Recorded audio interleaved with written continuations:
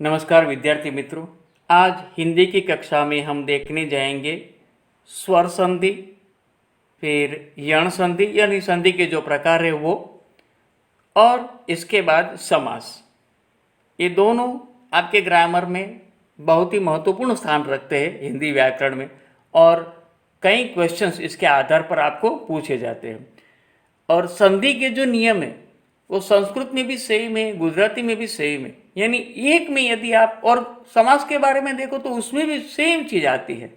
तो जो नियम, क्योंकि सारे नियम आए हैं तो मूल संस्कृत में से, तो जो भी नियम है उसको यदि आप अच्छे ढंग से समझ लेते हैं एक बार, तो फिर आप किसी भी सब्जेक्ट में, मीन्स ये तीनों सब्जेक्ट में, हिंदी, गुजराती एंड संस्कृत में, संधि ज्वाइन करना या तो डिसॉल्व करना और समास को आइडेंटिफाई करना, ये काम आप अच्छे ढंग से कर सकते हो।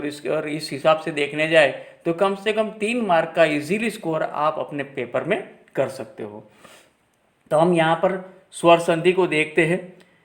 पहले तो जो चीज़ बताई गई है परिभाषा, तो 2 वर्णों के मेल से उत्पन्न विकार को, विकार होना माने चेंजेस होना, 2 वर्णों के मेल से उत्पन्न विकार को संधि कहते हैं। संधि का शाब्दिक अर्थ है मेल या समझौता। जब 2 वर्णों का मिलन अत्यंत निकटता के कारण होता है तब उनमें कोई ना कोई परिवर्तन होता है, और यह परिवर्तन संधि के नाम से जाना जाता है। संधि होना, जुड़ना। अब देखो यहाँ पर एग्जाम्पल दिया गया है, हिम प्लस आले। तो हिम में देखो तो अंतिम जो स्वर है म में अ लगा हुआ है, और आलय में जो पहला है वो आ है। यहाँ अ और आ हम जानते हैं कि अत्यंत निकट है, तो बोल उच्चारण करते समय दोनों एक साथ बोले आ जाते हैं, और परिणाम स्वरूप एक विकार उत्पन्न होता है। तो हिम में से अ निकालने पर, मुंह से अ निकालने पर, और आलय से आ निकालने पर लय बचा। तो अ प्लस आ बराबर क्या बन गया? आ। तो हिमालय, बराबर। अब हिमा और लय दोनों को मिला देने से हिमालय बन जाता है। तो ये जो संधि हुई अ प्लस आ, ये दोनों मिलकर एक बन गए, इसे हम संधि कहते हैं। ये दोनों स्वर है, इसीलिए हम इसे स्वर संधि कहते हैं। तो संधि के भेद है, संधि के 3 भेद है, स्वर संधि, व्यंजन संधि और विसर्ग संधि। हम यहाँ पर स्वर संधि के बारे में अभ्यास करेंगे। अब स्वर संधि, स्वर वर्ण के साथ साथ स्वर वर्ण के मेल से जो विकार उत्पन्न होता है उसे स्वर संधि कहते हैं। यानी दोनों स्वर यदि एक दूसरे के साथ मिलते हैं, किसी भी प्रकार से मिलते हैं, और जो विकार उत्पन्न होता है, जो चेंजेस होता है, उसे हम स्वर संधि कहते हैं। यहाँ पर एक एग्जाम्पल और है, अभि प्लस इष्ट का मतलब होता है अभिष्ट। आगे देखो हस्वई की मात्रा है, पीछे भी हस्वई है, तो दोनों ही मिलकर यहाँ दीर्घई बन गई। अब स्वर संधि के 5 प्रकार है। आपको ये प्रकार हमारे ज्ञान के लिए बहुत ज़रूरी है जानना, यदि हो सके तो। लेकिन यदि ना हो तो इससे आप इसमें ज़्यादा उलझने के बदले 2 स्वर मिलने से कौन सा प्रकार के नए स्वर का जन्म होता है या तो नया स्वर उत्पन्न होता है, वही हमें जानना है। तो संधि के जो 5 प्रकारों में बात बता दूं, दीर्घ स्वर संधि, गुण स्वर संधि, वृद्धि स्वर संधि, यण स्वर संधि और ययादि स्वर संधि। अब प्रथम 3 प्रकार के बारे में समझेंगे, मीन्स दीर्घ स्वर संधि, गुण स्वर संधि और वृद्धि स्वर संधि। तो दीर्घ माने जिसमें दीर्घ हो जाता है, सिर्फ अ प्लस अ इज इक्वल टू आ, अ प्लस आ इज इक्वल टू आ। देखो यहाँ पर सारे आपको जो एग्जाम्पल दिए गए हैं वो यदि आप बुक में लिखना, ताकि आपको ये जो चीज़ है, ये संधि जोड़ा। देखो यहाँ पर अन्न प्लस अभाव, तो अन्नाभाव, तो अन्नाभाव संधि जुड़ी हुई है। और यदि संधि अन्नाभाव की संधि यदि छोड़नी है तो क्या बन सकता है? अन्न प्लस अभाव, बराबर। तो इस तरह से दोनों में आपको समझ में आएगा कि किस तरह से संधि छूटती है और संधि जोड़ती है। फिर अगेन आ प्लस अ इज इक्वल टू आ होता है, आ प्लस आई इज इक्वल टू आ होता है, ई प्लस ई इज इक्वल टू ई। यानी चारों में यदि दीर्घई प्लस हस्वई होती है किसी भी प्रकार से, या तो हस्वई प्लस हस्वई, या तो हस्वई दीर्घई प्लस दीर्घई, या तो हस्वई प्लस दीर्घई, या तो दीर्घई प्लस हस्वई, कोई भी हो, लेकिन बन जाती है बड़ी ई। इसके कई एग्जाम्पल आपको दिए गए हैं, एक परीक्षा में इस एग्जाम्पल में से पूछे जा सकते हैं। फिर ऊ में भी वही चीज़ है, दोनों ह्रस्व उ मिलता है, या तो एक ह्रस्व और दीर्घ उ होता है, या एक दीर्घ उ और ह्रस्व उ होता है, या दोनों दीर्घ उ मिलते हैं तो बन जाता है दीर्घ उ। वधु प्लस उत्सव तो वधुत्सव, दीर्घ उ बन गया। लघु प्लस उर्मी तो लघुर्मी। ओके, अब आपको ये जो उदाहरण सोल्व करने के लिए दिए गए वो मैं आपको यहाँ पर पीडीएफ के माध्यम से भेज रहा हूँ, लेकिन फिर भी आप अपनी तरह से करने का प्रयत्न करना। तो ये हुआ था स्वर संधि। उसके बाद हम जा रहे गुण स्वर संधि में। तो गुण स्वर संधि में क्या होता है कि एक नए स्वर का गुण आ जाता है। मीन्स अ और आ है, यदि अ और आ है और उसमें ई अथवा ई का मिलन होता है, अ और आ अथवा ई और ई, तो बन जाता है ए। बराबर। अब ए की मात्रा क्या है, तो कि एक मात्रा लगती है। तो वो जो एक मात्रा लगती है किस प्रकार से बनता है, मतलब देव प्लस इंद्र। तो यहां पर देख सकते देव में अ है और इंद्र में क्या आएगा, ई आगे। तो अ प्लस ई इज इक्वल टू ए, तो ए की मात्रा लगेगी, बन जाएगा देवेंद्र। फिर इसी प्रकार से सूर प्लस इंद्र तो सुरेंद्र, ईश्वर प्लस इच्छा और अ प्लस ई तो ईश्वर इच्छा। बराबर। जीत प्लस इंद्रिय जितेंद्रिय, ये सारे। लेकिन एक बात याद रखना कि यहां पर कोई स्वर है आगे, अ है या तो अ है, अ अथवा आ प्लस ई और ई के मिलन से ए बनता है। फिर दूसरा एग्जाम्पल, तो यहाँ पर कई एग्जाम्पल दिए गए, आप मेहरबानी करके लिखना, आपको ये सब चीज़ काम लग सकती है। फिर उसके बाद अ अथवा आ है और उसमें उ प्लस उ का मिलन होता है तो बन जाता है ओ।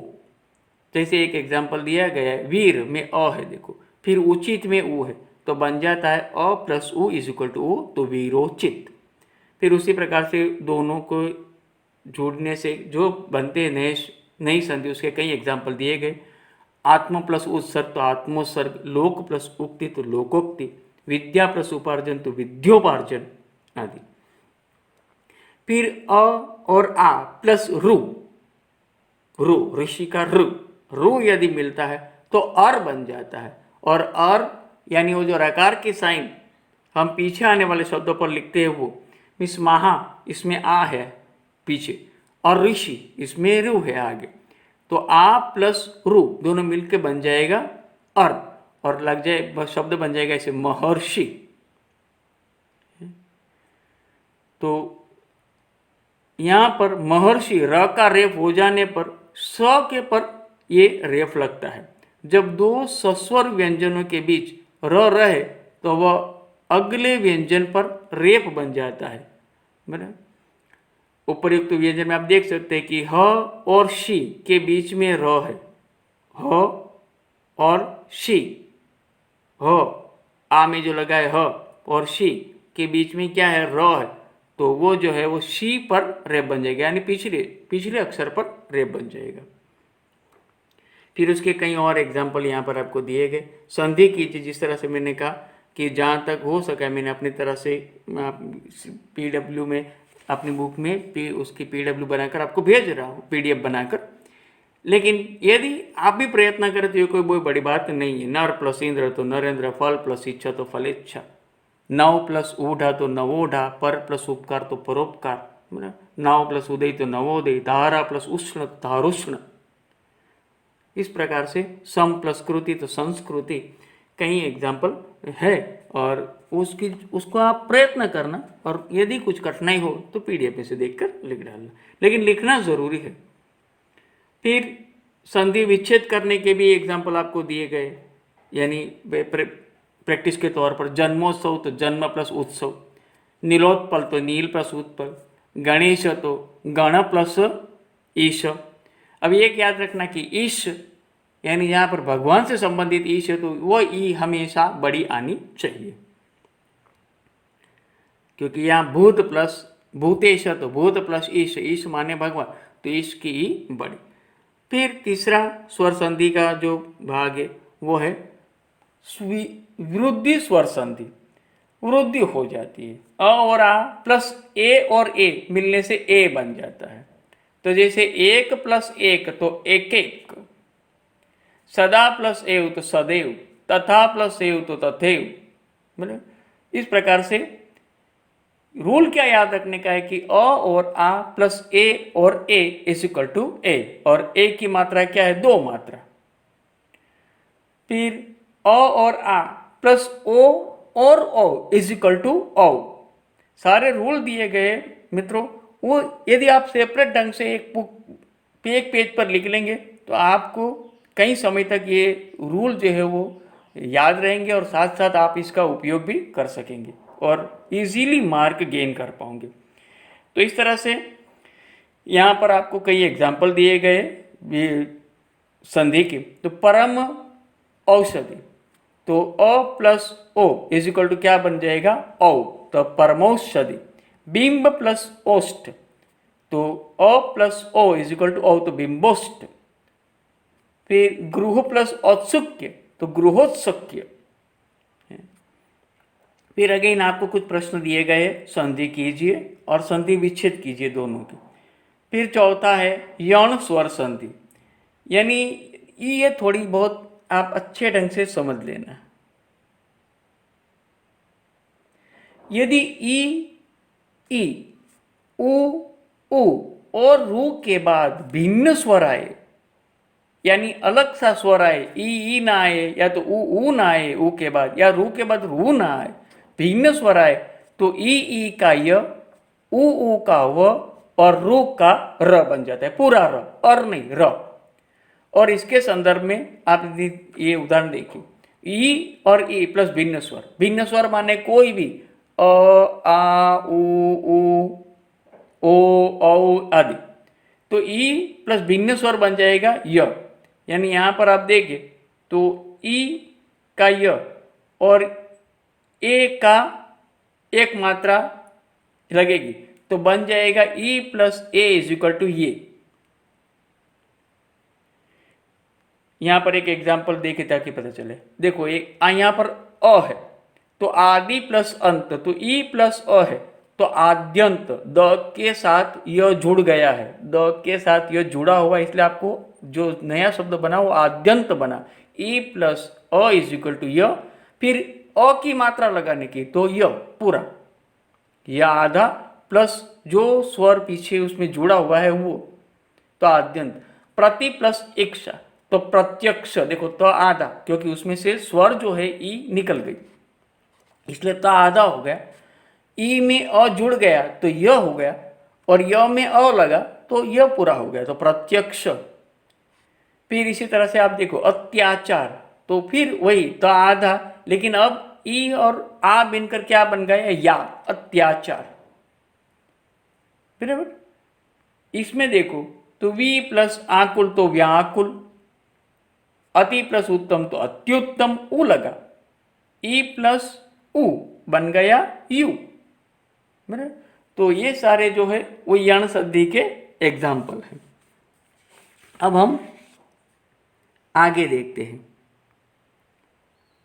उ और उ के साथ यदि भिन्न स्वर लगता है, मान लो अनु प्लस एष्ण, तो उ प्लस भिन्न स्वर बनकर बन जाता है व, और उस स्वर की मात्रा ए की मात्रा एक, तो अन्वेषण।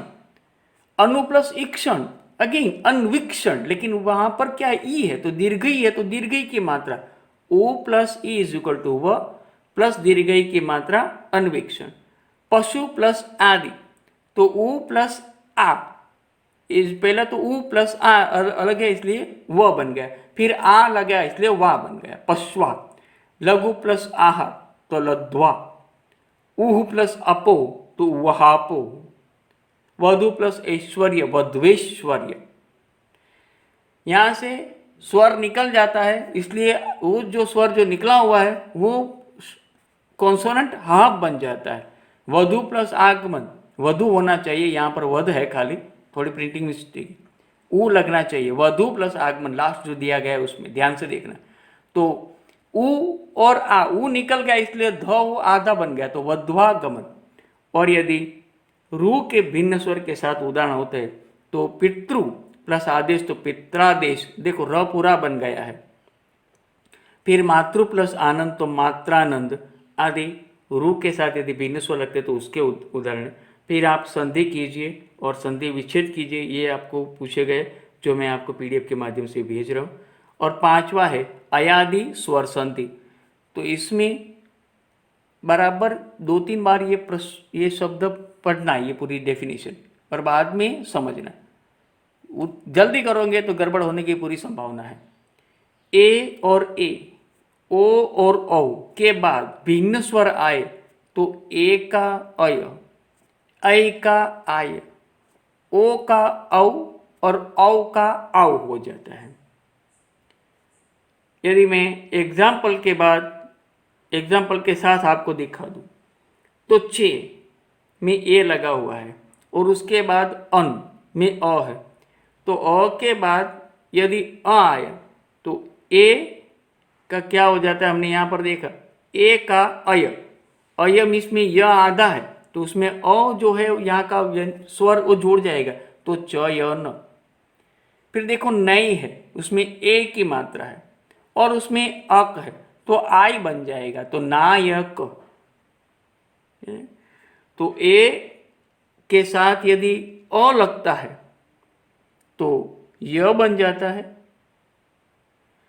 अय बन जाता है। नई के साथ यदि अ लगता है तो आई बन जाता है। फिर उसी प्रकार पो मीन्स ओ है और उसके साथ यदि अ लगता है तो औ बन जाता है, पवन।